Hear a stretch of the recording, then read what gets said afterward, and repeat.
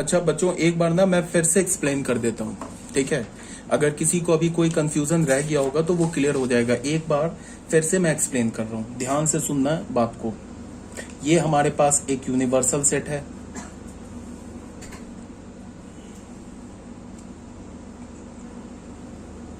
ए set, B set, सी set, ठीक है। इसको हमने ए बोल दिया, बी बोल दिया, सी, इसको डी, इसको ई, इसको एफ, इसको जी, इसको एच बोल दिया। तो ये जो एच रीजन है ना, एच रीजन, ये किसे रिप्रेजेंट कर रहा है? नीदर ए, बी और सी। ये इस एच रीजन का मतलब ये सारा रीजन हो गया ना। इस रीजन में जो एलिमेंट आएगा ना, वो ए में भी नहीं है, बी में भी नहीं है, सी में भी नहीं है। ए रीजन में आएगा वो सिर्फ ए में है, ये सिर्फ बी में है, और ये सी रीजन में सिर्फ सी में है। अगर मैं तुम्हें बोलूं कि number of element in A only, तो number of element in A only, A only, इसको मैंने क्या बोल रखा है? इसको हम कैसे लिखेंगे? Number of element in A में होगा, बी में नहीं होगा, सी में नहीं होगा। इसका मतलब ये number of element in small a region, इसकी बात हो रही है। तो इसको हम कैसे लिखेंगे? Number of element in A में से क्या सब्ट्रैक्ट कर देंगे? Number of element in A intersection B. उसके बाद क्या सब्ट्रैक्ट करेंगे? Number of element in A intersection C. उसके बाद क्या सब्ट्रैक्ट करेंगे? हाँ ठीक है, ए इंटरसेक्शन सी सब्ट्रैक्ट कर दिया। तो एक बार तो ए इंटरसेक्शन बी सब्ट्रैक्ट कर दिया, दूसरी बार ए इंटरसेक्शन सी सब्ट्रैक्ट कर दिया। तो ये जो जी पोर्शन है ना, जिसमें ए बी सी तीनों है, ये दो बार सब्ट्रैक्ट हो गया, तो एक बार ऐड कर दिया, A intersection B intersection C. इसी लाइन पे तुम number of element in B निकाल सकते हो, बी ओनली, और number of element in C only निकाल सकते हो, ठीक है। अब अगर मैं बोलूं number of element in A and B only, मतलब ई रीजन की मैं बात कर रहा हूं, इस रीजन में कितने एलिमेंट्स हैं? तो इसमें ए है, इसमें बी भी है, बट सी नहीं है। इसको तुम कैसे लिखोगे? सिंपल लॉजिक से, ए इंटरसेक्शन बी में से क्या तुम सब्ट्रैक्ट कर दोगे? Number of element in A intersection B intersection C. Same line से number of element in A and C only, मतलब डी रीजन को भी इसी सेम लाइन से लिख लोगे। Number of element in B and C only, मतलब इस एफ रीजन की बात हो रही है, इसको भी तुम सेम लाइन से लिख सकते हो, मतलब इसी फॉर्म से तुम लिख सकते हो। अब अगर तुम्हें क्वेश्चन में बोला जाए कि number of element in exactly one of the three sports, तो number of element in exactly one of the three sport का क्या मतलब है? कि तुमसे क्या बोल रहा है कि ए, ऐसे देखो, नंबर ऑफ एलिमेंट किस में बोला निकालने के लिए? जिसमें सिर्फ ए हो, एग्जैक्टली वन, सॉरी, ए हो, बी नहीं हो और सी नहीं हो। ये रीजन क्या हो गया? इसमें सिर्फ ए प्रेजेंट है, बी और सी नहीं प्रेजेंट है। यूनियन ए प्रेजेंट नहीं हो, बी प्रेजेंट हो और सी प्रेजेंट नहीं हो। यूनियन ए भी प्रेजेंट नहीं हो, बी भी प्रेजेंट नहीं हो, बट सी प्रेजेंट हो। इस तीन सेट के नंबर ऑफ एलिमेंट्स की बात कर रहा है। अगर तुम्हें बोले ना कि number of element in exactly one of the three sports, मतलब इस सेट के यूनियन की बात कर रहा है, इस सेट के यूनियन में नंबर ऑफ एलिमेंट्स की बात कर रहा है। अब ये देखो, ये सेट क्या है हमारा? ये ए सेट है, और ये सेट क्या हमारा? ये बी, जो बी रीजन है, ये सेट है, और ये सेट क्या हमारा? इंटरसेक्शन, सॉरी, ये इंटरसेक्शन सी। ये क्या हमारा? ये स्मॉल सी रीजन है। तो इसके एलिमेंट्स ये देखो, ये small a reason, small B reason और स्मॉल सी रीजन, ये तीनों डिसजॉइंट सेट है। तो मैंने क्या बोला था कि अगर तीन डिसजॉइंट सेट का अगर हमें यूनियन लेना है, तो सिंपली हम क्या करेंगे? सिंपली उन तीनों सेट्स के नंबर ऑफ एलिमेंट को ऐड कर देंगे। ये सेट और ये सेट। ये सेट किसे रिप्रेजेंट कर रहा है? स्मॉल ए रीजन को। ये सेट किसे रिप्रेजेंट कर रहा है? स्मॉल बी रीजन को। ये सेट किसे रिप्रेजेंट कर रहा है? स्मॉल सी रीजन को। तो अगर मैं बोल रहा हूं ना यूनियन लेना, तो ये ए रीजन, बी रीजन और सी रीजन क्या हमारा? डिसजॉइंट है। तो इसका मतलब क्या है कि अगर हमें इन तीनों सेट के नंबर ऑफ एलिमेंट्स के यूनियन, सॉरी, इन तीनों सेट के यूनियन का नंबर ऑफ एलिमेंट्स निकालना है, तो हम क्या करेंगे? तीनों को सिंपली ऐड कर देंगे। Number of element in this plus number of element in this plus number of element in this. अब इसके नंबर ऑफ एलिमेंट को कैसे निकालोगे? ए में नंबर ऑफ एलिमेंट को कैसे निकालोगे? ये ऑलरेडी बता रखा है, ठीक है। बी के नंबर ऑफ एलिमेंट्स को कैसे निकालोगे? ये स्मॉल बी के नंबर ऑफ एलिमेंट को कैसे निकालोगे? बी सेट में से पहले तुम ए इंटरसेक्शन बी सब्ट्रैक्ट करो, बी इंटरसेक्शन सी सब्ट्रैक्ट करो, और एक बार क्या करो? A intersection B intersection C add कर दो, तो ये स्मॉल बी रीजन आ जाएगा। इस नंबर ऑफ एलिमेंट इन सी, इस रीजन को कैसे निकालोगे? इस सी सेट में से एक बार तुम बी इंटरसेक्शन सी को सब्ट्रैक्ट करो, एक बार ए इंटरसेक्शन बी को सब्ट्रैक्ट करो, और एक बार A intersection B intersection C add कर दो। ठीक है, तो ये भी क्लियर हो गया होगा। अब अगर बोला जाए कि number of element in exactly 2 of the 3 set, इसका क्या मतलब है? इस रीजन की बात कर रहा है जिसमें ए भी प्रेजेंट है, बी भी प्रेजेंट है, बट सी प्रेजेंट नहीं है। यूनियन ए प्रेजेंट है, बी प्रेजेंट नहीं है, सी प्रेजेंट है। यूनियन ए प्रेजेंट नहीं है, बी प्रेजेंट है, सी प्रेजेंट है। अब बच्चों ये क्या हमारा ए और बी दोनों प्रेजेंट है, तो ये ई स्मॉल ई रीजन को रिप्रेजेंट कर रहा है। ये क्या ए और सी दोनों प्रेजेंट है, ए भी प्रेजेंट है सी, तो ये स्मॉल डी रीजन को रिप्रेजेंट कर रहा है। ये इसमें क्या है, बी और सी प्रेजेंट है, तो ये स्मॉल एफ रीजन को रिप्रेजेंट कर रहा है। अब तुम बताओ, ये ई रीजन, डी रीजन और एफ रीजन तीनों डिसजॉइंट सेट है, तो डिसजॉइंट सेट के नंबर ऑफ एलिमेंट्स का यूनियन कैसे निकालेंगे? तीनों सेट के नंबर ऑफ एलिमेंट्स को ऐड कर दो। अब ये रीजन में नंबर ऑफ एलिमेंट कैसे आएगा? ये क्या होगा? Number of element in E plus number of element in D plus number of element in F. Number of element in E कैसे मिलेगा हमें? ये बहुत सिंपल है। Number of element in A intersection B में से number of element in A intersection B intersection C को subtract कर दो, तो ई आ गया। अब ये number of element in D कैसे मिलेगा? Number of element in A intersection B में से, सॉरी ए इंटरसेक्शन सी में से number of element in A intersection B intersection C को सब्ट्रैक्ट कर दो, तो ये आ जाएगा। अब ये स्मॉल एफ का रीजन में नंबर ऑफ एलिमेंट कैसे मिलेगा? Number of element in B intersection C में से number of element in A intersection B intersection C को सब्ट्रैक्ट कर दो, तो ये आ जाएगा। सिंपल लॉजिक है। अगर मैं बोलूं कि ये एच रीजन में नंबर ऑफ एलिमेंट्स निकालो, तो ये कैसे मिलेगा? अगर मैंने बोला कि एच रीजन में नंबर ऑफ एलिमेंट्स निकालो, number of element in H region, तो ये क्या होगा? यूनिवर्सल सेट में से तुम क्या करो, number of element in A union B union C को सब्ट्रैक्ट कर दो।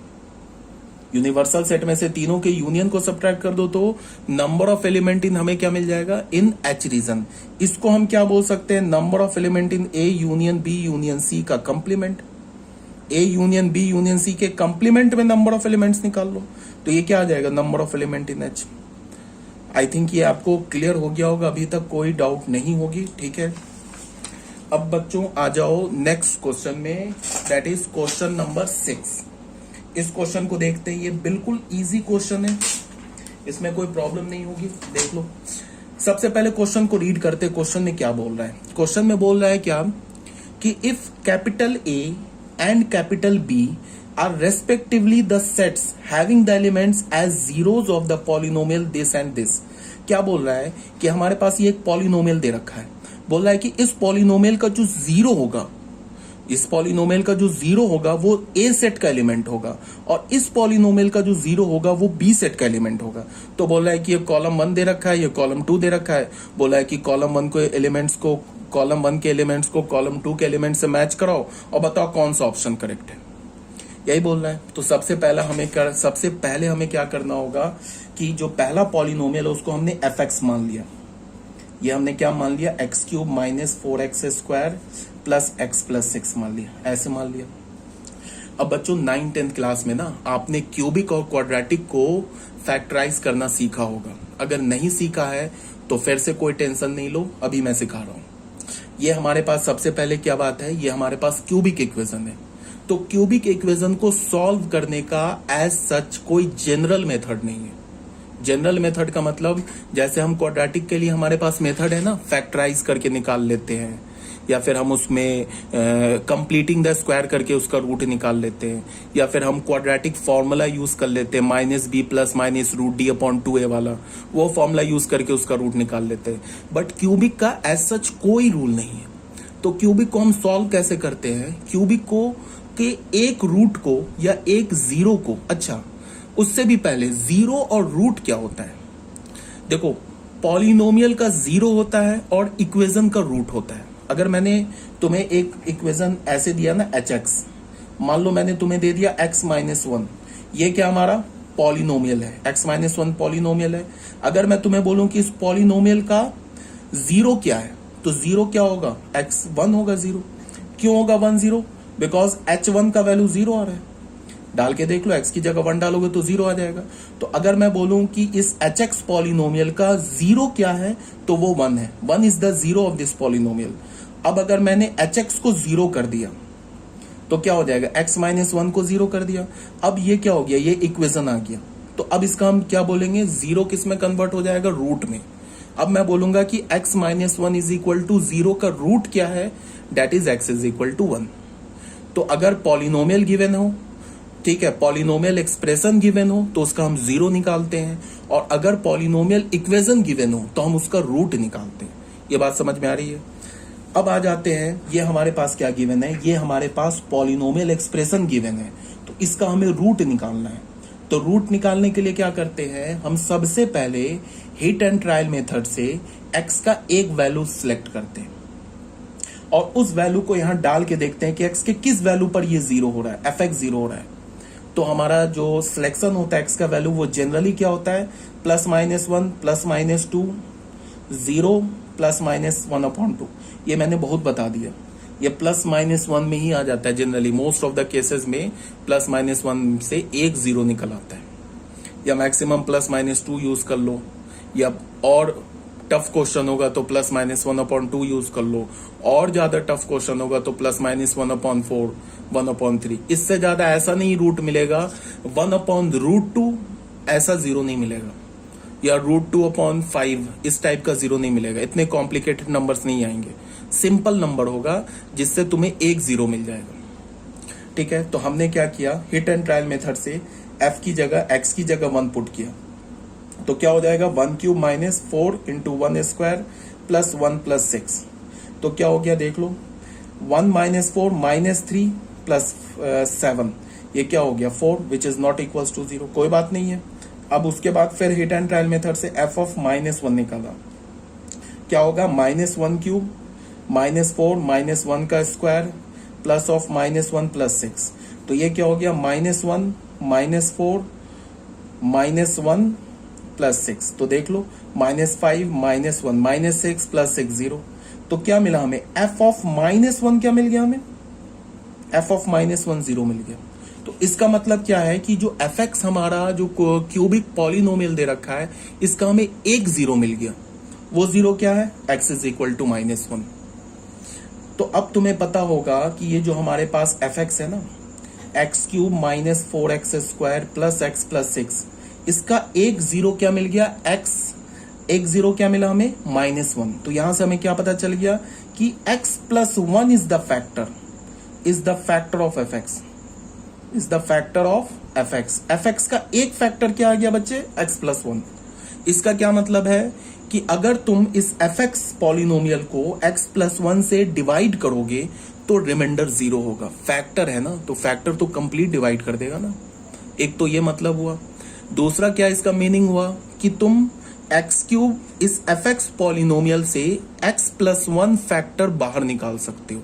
मैंने दो बताया, मैंने क्या बोला कि x is equal to minus one पर ये क्या हो गया, जो हमारा क्यूबिक पॉलिनोमियल है वो जीरो हो गया। इसका इससे दो मीनिंग पता चला हमें। पहला क्या कि x प्लस वन फैक्टर है, अगर x is equal to one पर ये जीरो होता तो फिर x माइनस वन फैक्टर हो जाता। अगर x is equal to two पर जीरो होता तो x माइनस टू फैक्टर हो जाता। x is equal to minus two पर ये fx जीरो होता तो x प्लस टू फैक्टर हो जाता। ठीक है, तो मैंने क्या बोला, x is equal to minus one पर क्या हो गया, fx हमारा जीरो हो गया। माइनस वन डाला नहीं, ये वैल्यू जीरो मिल गया, तो x प्लस वन एक फैक्टर हो गया। तो यहां से हमें क्या पता चला, पहली बात हमें क्या पता चली कि अगर हम इस fx को x प्लस वन से डिवाइड कर दे तो ये कंप्लीटली डिविजिबल हो जाएगा, रिमाइंडर जीरो आ जाएगा, पहला। दूसरा क्या कि इस हम पॉलिनोमियल इक्वेशन से, हम इक्वेशन बोल रहा हूं, पॉलिनोमियल एक्सप्रेशन से x plus one as a factor बाहर निकाल सकते। ठीक है, अगर तुम x प्लस वन फैक्टर बाहर निकालोगे तो अंदर क्या बचेगा, क्वाड्रेटिक। क्वाड्रेटिक को हम क्या कर सकते हैं, स्प्लिटिंग द मिडिल टर्म से उसको फैक्टराइज कर सकते, तो फिर हमें तीनों जीरो मिल जाएगा। नहीं समझ में आया, देखो कर रहा हूं। सबसे पहला क्या है कि हमने x प्लस वन से डिवाइड कर दिया, किसको, x cube minus four x square plus x plus six को डिवाइड कर दिया। तो डिवीजन तो आता होगा 9th क्लास से। क्या करेंगे हम लोग, एक्स क्यूब, इस डिविडेंड को पहले क्या करते हैं हम लोग, स्टैंडर्ड फॉर्म में लिखते हैं। स्टैंडर्ड फॉर्म में लिखने का मतलब कि इसके जो डिग्री है उसको हम क्या करते हैं, डिक्रीजिंग ऑर्डर में रखते हैं, 3 2 1 फिर डिग्री 0। तो है इसकी 6 का डिग्री क्या है, 0 है ना। क्यों है, because 6 into x to the power 0 लिखा है। तो 6 का डिग्री 0, तो 3 2 इसकी डिग्री 1 और इसकी डिग्री 0, तो ये स्टैंडर्ड फॉर्म में लिखा है। जो हमारा डिवाइजर है वो भी स्टैंडर्ड फॉर्म में लिखा है, x का डिग्री 1 और 1 का डिग्री 0। अब हमने क्या किया, डिविडेंड के फर्स्ट टर्म को डिवाइजर के फर्स्ट टर्म से डिवाइड किया, हमें क्या मिल गया एक्स स्क्वायर। अब ये जो एक्स स्क्वायर है ना, ये कोशिएंट का फर्स्ट टर्म आ गया। अब एक्स स्क्वायर से क्या करेंगे, इसको मल्टीप्लाई करेंगे एक्स प्लस 1 को, तो एक्स स्क्वायर प्लस एक्स क्या हो जाएगा, एक्स क्यूब। लाइक टर्म के नीचे लिख दिया। अब 1 इंटू एक्स स्क्वायर क्या होगा, plus x square, x square के लाइक टर्म के नीचे लिख दिया। सब्ट्रैक्ट किया, ये हो गया माइनस, ये हो गया माइनस, ये तो कैंसिल हो गया। ये क्या हो गया, -5x² प्लस एक्स प्लस 6। अब हमने क्या किया, अब ये हमारा न्यू डिविडेंड हो गया। फिर इस न्यू डिविडेंड का पहला जो टर्म क्या है, -5x², और ये जो हमारा डिवाइजर है इसका पहला टर्म क्या, x, इसको हमने डिवाइड कर दिया तो क्या मिल गया, -5x। तो ये कोशिएंट का हमारा दूसरा टर्म हो गया -5x। अब इस -5x से x को मल्टीप्लाई किया तो क्या मिल जाएगा, -5x²। -5 से 1 को मल्टीप्लाई किया तो क्या मिल गया, -5x। सब्ट्रैक्ट कर दिया, ये माइनस प्लस हो गया, ये माइनस प्लस हो गया, ये कैंसिल हो गया, ये क्या हो गया, 6x + 6। अभी भी देखो डिग्री, जो अभी हमारा जो न्यू डिविडेंड है इसकी डिग्री क्या 1 और डिवाइजर की डिग्री है क्या 1। तो जब तक डिग्री जो हो ना, या तो कांस्टेंट टर्म आ जाए या तो डिग्री लेस हो जाए, किससे, डिवाइजर से, तब तक हम डिवाइड करते रहेंगे। यहाँ पे अभी देखो डिग्री इक्वल है ना, इसकी डिग्री 1, इसकी डिग्री 1, तो अभी डिग्री इक्वल है तो अभी फर्दर डिवाइड होगा। हम डिवीजन कब स्टॉप करेंगे, जब हमारा रिमाइंडर का डिग्री डिवाइजर की डिग्री से या तो कम आ जाए या तो फिर वो कांस्टेंट आ जाए। तो अभी तो डिग्री इक्वल है तो फिर फर्दर हम डिवाइड करेंगे। डिवाइड कैसे करेंगे, 6x को किससे डिवाइड करेंगे, x से, क्या आएगा 6, ये 6 कोशिएंट का तीसरा टर्म हो जाएगा। फिर इसको 6 को x से मल्टीप्लाई करेंगे, होगा 6x + 6, सब्ट्रैक्ट कर देंगे, माइनस 0। अब देखो ध्यान से, अब हम लोग क्या लिख सकते हैं, ये तो आता है ना, dividend is equal to divisor plus remainder, sorry dividend is equal to divisor into quotient plus remainder. तो डिविडेंड हमारा क्या है, x³ - 4x² plus x + 6। Divisor क्या हो गया हमारा, x + 1। कोशिएंट हमारा क्या हो गया, x² - 5x + 6। रिमाइंडर क्या हो गया, 0। ऐसे लिख लिया तो कोई प्रॉब्लम नहीं है। तो इसको हमने क्या लिखा, x + 1, ये क्या हो गया, x² - 3x - 2x and plus of 6। तो ये क्या हो गया, x + 1, यहां से क्या हो गया, x - 3 x - 2। ठीक है, अब ये किसके इक्वल है, x³ - 4x² प्लस x + 6। अब बच्चों यहाँ इसको मैंने कर दिया फैक्टराइज। अब तुम ध्यान से देखो, x के जो जीरोज हैं वो तो विजिबल हो गए ना।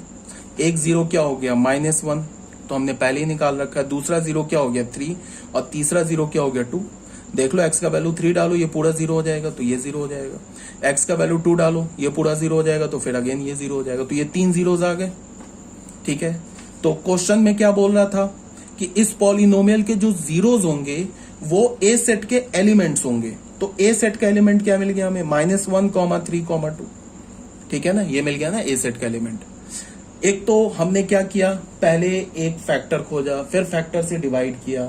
डिवाइड करने के बाद फिर हमने क्या किया, dividend is equal to divisor into quotient plus remainder के फॉर्म में लिखा। फिर हमें क्या मिल जाएगा, एक लीनियर मिल गया, क्वाड्रेटिक मिल गया। इस पे हमने स्प्लिटिंग द मिडिल टर्म लगा दिया। इतना सब करने के बजाय तुम क्या कर सकते थे, थोड़ा शॉर्टकट भी यूज कर सकते थे। कैसे, वो बता रहा हूं। हमारे पास क्या है, x³ - 4x² प्लस x + 6, और मैंने क्या बोला कि x + 1 इसका एक फैक्टर है। इसका क्या मतलब है कि x + 1 इससे बाहर आ जाएगा, मतलब x + 1 तुम कॉमन ले सकते हो। अब कॉमन कैसे लेंगे वो बता रहा हूं।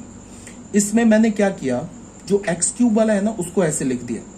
ठीक है, उसके बाद x³ से 1 डिग्री कम क्या होगा, 2 सॉरी 1 डिग्री कम क्या होगा, 2। तो अब मुझे x² वाला टर्म ऐसे लिखना है कि x³ और x² वाले टर्म में से x + 1 कॉमन आ जाए। समझ रहे हो बात को। तो वो क्या लिखा मैंने, x² लिख दिया अपने मन से।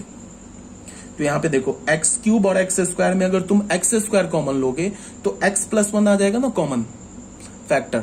बट हमारे पास क्या लिखा है, -4x², तो इसको भी बैलेंस करना है। तो इसको बैलेंस करने के लिए मैंने क्या कर दिया, ये बताओ x² में क्या ऐड करें कि -4x² आ जाए, ये तुम बताओ। इसमें मैंने क्या ऐड कर दिया बताओ, -5x²। तो -5x² ऐड करने से देख लो x² -5x² -4x² बैलेंस हो गया। ठीक है, तो अभी तक हम लोग यहां तक लिखा, अभी तक हमने x³ -4x² को यहां ऐसे लिख लिया। उसके बाद फिर अब मुझे एक आगे x वाला टर्म ऐड करना है, और ऐसा x वाला टर्म ऐड करना है जिसमें से अगर मैं -5x² और वो जो x वाला टर्म है उस दोनों से मैं कुछ कॉमन ले लूं तो x+1 आ जाना चाहिए। तो उसके लिए मैंने क्या लिख लिया, ऐसे देख लो 5x+1, तो यहां भी माइनस कर दिया, -5x कर दिया। अब बच्चों देखो, यहां अगर मैं दोनों से, इस दोनों से अगर मैं -5x कॉमन लूंगा ना तो फिर इस दोनों से x+1 कॉमन आ जाएगा। इस दोनों से अगर मैं x² कॉमन लूंगा तो x+1 कॉमन आ जाएगा। बट यहां तो मैंने -5x लिख दिया, बट यहां पे क्या है, ये तो +x है, तो इसे बैलेंस भी करना होगा। तो बैलेंस करने के लिए +6x ऐड कर दिया। तो देख लो -5x और +6x बैलेंस हो गया, x आ गया, और बाकी जो कांस्टेंट टर्म लिखा उसे एज इट इज लिख दो। अब देखो ये, अगर तुम ऐसे समझ गए तो अब देखो, इस दोनों से x² कॉमन लो तो ये क्या होगा, x+1। इस दोनों से -5x कॉमन लो तो क्या होगा, ये x+1। इससे 6 कॉमन लो तो क्या होगा, x+1। तो यहां से x+1 कॉमन आ जाएगा, तो क्या हो जाएगा, x² -5x+6। देख लो, ये डायरेक्ट ये वाला टर्म आ गया ना, यहां पे हम पहुंच गए। ये तो करने में टाइम इतना लगा क्योंकि मैं इतना समझा रहा था। अगर तुम ये समझ जाओगे तो 2 सेकंड में निकाल लोगे, क्यूबिक को तुम क्या कर लोगे, फैक्टराइज कर लोगे। तो ए सेट निकाल लिया हमने। दूसरा जो हमारा फंक्शन दे रखा है वो क्या दे रखा है, x³, इसको हमने gx फंक्शन मान लिया। gx में क्या दे रखा है, x³ -6x² plus 11x -6 plus 11x -6। अब बताओ g1 निकाला, g1 क्या हो गया, 1 - 6 प्लस 11 - 6, ये क्या हो जाएगा, -5 + 5 0 हो गया। तो 1 पर 0 1 है, इसका मतलब x - 1 is the factor of gx। ये क्या हमारा फैक्टर gx का फैक्टर है। तो इसका क्या मतलब है कि x - 1 को हम बाहर निकाल सकते हैं। एक तो ऑप्शन क्या है तुम्हारे पास कि तुम x - 1, ये gx को x - 1 से डिवाइड करो, कंप्लीटली डिविजिबल हो जाएगा। फिर dividend is equal to divisor into quotient plus remainder कर दो। वहां से फिर क्या होगा, एक x - 1 एक लीनियर आ जाएगा, एक क्वाड्रेटिक आ जाएगा। क्वाड्रेटिक को स्प्लिटिंग द मिडिल टर्म कर दो तो वहां से तीनों 0 आ जाएगा। एक तो ये ऑप्शन है। दूसरा क्या ऑप्शन है कि तुम x - 1 को gx से बाहर निकाल दो एज अ कॉमन फैक्टर। तो वो बहुत आसान है, देखो कैसे।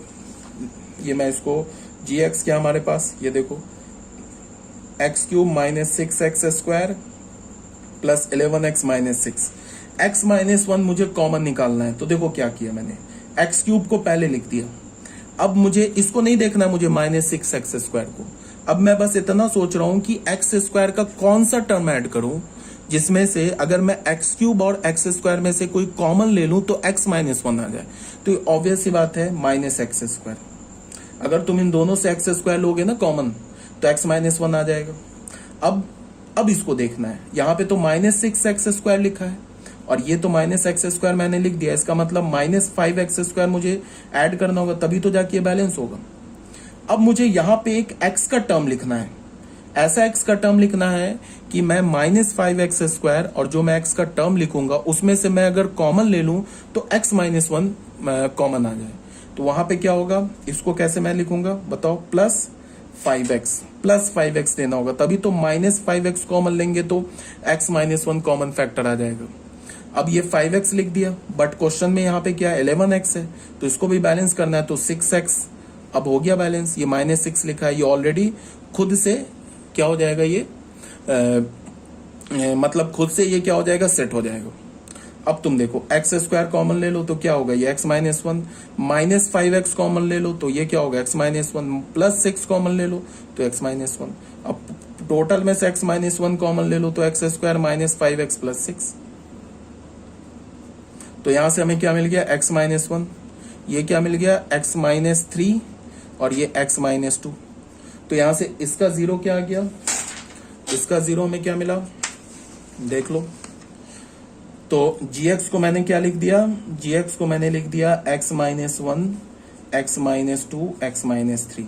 तो बताओ x = 1 पे भी ये 0 है gx, तो एक रूट एक जीरो क्या मिल गया 1, दूसरा जीरो क्या मिल गया 2 और तीसरा जीरो क्या मिल गया 3। तो बी सेट हमें क्या मिल गया 1, 2, 3 और ए सेट हमें क्या मिल गया -1, 3, 2। अब आ जाओ, इतना करने के बाद हमने क्या किया, अब क्या बोल रहा है कॉलम 1 में a माइनस बी बोल रहा है, ठीक है ना।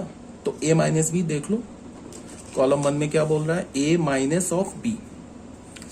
तो देख लो a माइनस बी हमने क्या निकाला, तो a माइनस बी क्या हमारा -1, 3, 2 में से b हटा दिया, b क्या 1, 2, 3, तो क्या 2, 3 हट गया तो क्या मिल गया -1।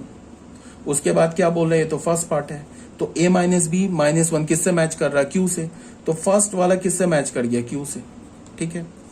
अब आ जाते हैं सेकंड में, सेकंड में क्या बोल रहा है b माइनस ए, तो b माइनस ए, तो b माइनस ए क्या होगा 1, 2, 3 में से क्या सब्ट्रैक्ट कर देना है -1, 3, 2 कर देना है, तो ये क्या हो जाएगा 3, 2 हट गया तो क्या हो गया 1। तो इसका मतलब 1 किस में है, किससे मैच करेगा r से, देख लो बच्चे 1 किससे मैच करेगा r से ना, तो इसका मतलब कि सॉरी 1 नहीं, सेकंड जो है वो किससे मैच करेगा r से, इसका क्या हो गया r। अब थर्ड में क्या बोल रहा है, थर्ड में हमें बोल रहा है a minus B minus A, a minus B minus A, तो a क्या हमारे पास a है -1, 3, 2, -1, 3, 2 माइनस b माइनस ए ऑलरेडी हमने निकाल रखा 1, तो -1 कर दिया, तो इसका मतलब है कि इसमें तो 1 है ही नहीं, तो ये सेम आ जाएगा -1, 3, 2 आ जाएगा, तो ये किससे मैच कर गया p से, तो इसका मतलब कि जो हमारा थर्ड था वो किससे मैच हो गया p से।